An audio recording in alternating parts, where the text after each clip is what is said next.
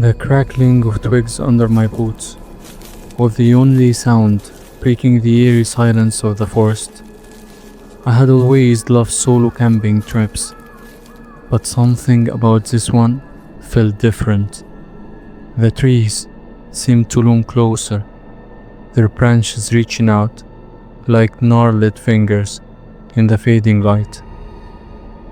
I shook off the feeling, attributing it to many hours alone with my thoughts. That's when I saw him. Beautiful evening for a hike, isn't it? The man's voice startled me, seemingly materializing out of nowhere. He was tall and lean, with a withered face that spoke of years spent outdoors. His smile was friendly, but something in his eyes made my skin prickle. Yeah, it is, I replied, trying to keep my voice steady. I'm just looking for a good spot to set up camp for the night. Well, you are in luck, he exclaimed, his enthusiasm a bit too forced. I know the perfect clearing, just up ahead. Why don't I show you? Every instinct told me to politely decline and move on, but the sun was sinking fast and I was tired. Against my better judgment, I nodded and followed him down the narrow trail. As we walked, he chatted amiably about the area, pointing out various plants and rock formation. His knowledge was impressive, and I found myself relaxing slightly. Maybe I had misjudged him. So, what brings you out here alone? He asked, glancing back at me with that unsettling smile. I just needed to clear my head, I said, keeping my answer vague. Sometimes the city gets too loud, you know? He nodded sagely. Oh, I know exactly what you mean. That's why I never leave these woods. They have a way of keeping you. The way he said it sent a chill down my spine. But before I could dwell on it, we emerged into a small clearing. It was perfect for camping, with a free area for my tent and a natural fire pit ringed with stones. This is great, I said, shrugging off my backpack. I appreciate the help. Oh, it's my pleasure, he replied, making no move to leave. In fact, why don't I help you set up the camp? It will be dark soon, and 4 hands are better than 2. I hesitated, not wanting to offend him, but also not comfortable with the idea of him staying. That's okay, I can manage. I'm sure you have your own camp to get back to. He waved his hand dismissively. Nonsense. I am in no rush. Besides, it's not safe for someone to be out here alone. You never know what kind of creatures might be lurking in the dark. I forced a smile and started unpacking my tent, hoping that if I got set up quickly, he'd leave. As we worked, the stranger's behavior became increasingly odd. He asked personal questions, then he changed the subject when I deflected. His eyes would dart to the woods surrounding us, as if watching for something, and more than once, I caught him staring at me with an intensity that made my skin crawl. By the time we finished, the sun had fully set. The clearing was bathed in the silvery moonlight. I stood back, admiring my cozy setup. When I felt a hand on my shoulder, I jumped, spinning around to find the stranger mere inches from my face. You've done well, he said, his voice low and gravelly. But there's still so much to do before the night is through. I took a step back, my heart pounding. Thanks for your help, but I think I'm good now. You should probably head back to your own camp before it gets too late. He tilted his head, reminding me of a predator seizing up his prey. Oh, but I am exactly where I need to be. You see, these woods, they get hungry sometimes, and it's been so long since we've had a visitor. My blood ran cold as the implication of his words sank in. I glanced at my tent, calculating the odds of reaching my phone before he could stop me. As if reading my thoughts, he stepped between me and the tent. Now let's not do anything rash. The night is young, and we have so much to discuss. I backed away slowly, my mind racing, searching for a way out of that nightmare. Look, I don't want any trouble. Why don't we just go our separate ways? He laughed, a chilling sound that echoed through the trees. But trouble has already found you, my dear. The moment you stepped into these woods, you become part of them, and they don't let go easily. I turned to run, but he was faster than I expected.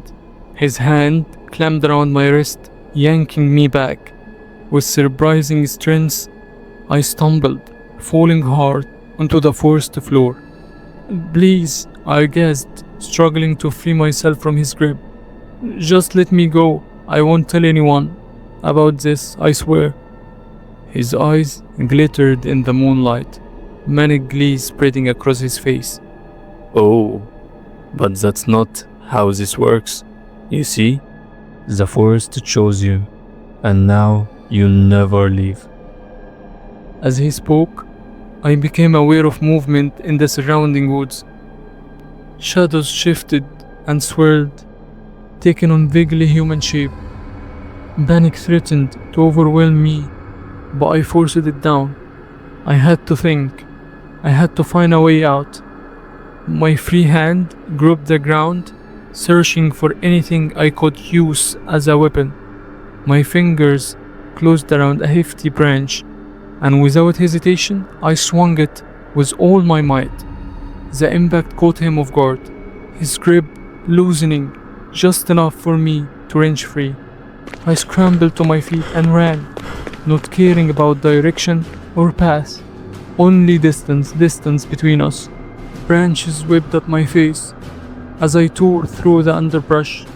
The stranger's enraged owls echoed behind me. The forest seemed to come alive, trees creaking and groaning, as if trying to block my escape. I ran until my lungs burned and my legs threatened to give out. Only then did I dare to slow down, taking stock of my surroundings. The clearing, my campsite, they were gone, replaced by dense unfamiliar woods. The moonlight barely penetrated the canopy, leaving me in near total darkness. Leaning against a tree, I tried to calm my raged breathing, but the forest felt oppressive, closing in with malevolent intent. A twig snapped nearby and I froze. Straining my ears, I made out faint footsteps, slow, searching the area. I know you are out there. The stranger's voice called out. Early. Come now. You can run all night if you like.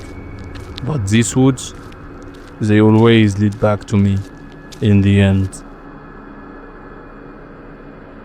I bit back a whimper, pressing myself against the rough bark of the tree. My mind raced through options, each one more hopeless than the last. My phone is still in my backpack, back at the campsite, useless. The footsteps grew closer, joined by soft, unsettling humming. I held my breath, praying he would pass me by without noticing me. Suddenly, a hand clamped over my mouth, muffling my scream. I thrashed wildly, but whoever held me was strong. Shh! A voice hissed in my ear. I'm trying to help you. I froze, confusing, mixing with fear. It wasn't the stranger's voice, it was a woman. Slowly, she removed her hand from my mouth. Who are you?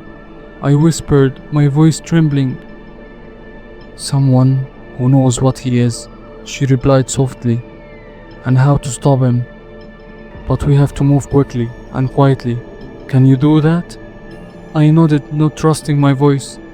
The woman took my hand, leading me deeper into the woods. She moved with surety, familiarity with the terrain. We walked for what felt like an hour, pausing at times, changing direction suddenly. Just when I thought I couldn't take another step, we emerged into another clearing. This one was different. Symbols were carved into the trees, and in the center, a large flat stone covered in strange markings. What is this place? I asked, my exhaustion forgotten. Her face was grim in the moonlight. The heart of the forest, and the source of his power, she explained quickly. The stranger was bound to the forest, drawing strength from it to lure and trap the lost. But the bond worked both ways. If we severed it, we might escape. A bone-chilling owl echoed through the trees. He found us, she said, urgency, tightening her voice. Whatever happens, don't let him touch the stone. The clearing erupted into chaos. The stranger burst from the tree line, his face twisted with rage. He lunged for the stone. The woman intercepted, grabbing fiercely. I froze, overwhelmed by the surreal sight. But as he began to overpower her, I knew I had to act. A sharp rock lay near my feet. I snatched it up, and with all my strength, brought it down on the strange symbols carved into the stone. The effect was immediate and terrifying. A deafening crack split into the air. The ground trembled beneath our feet.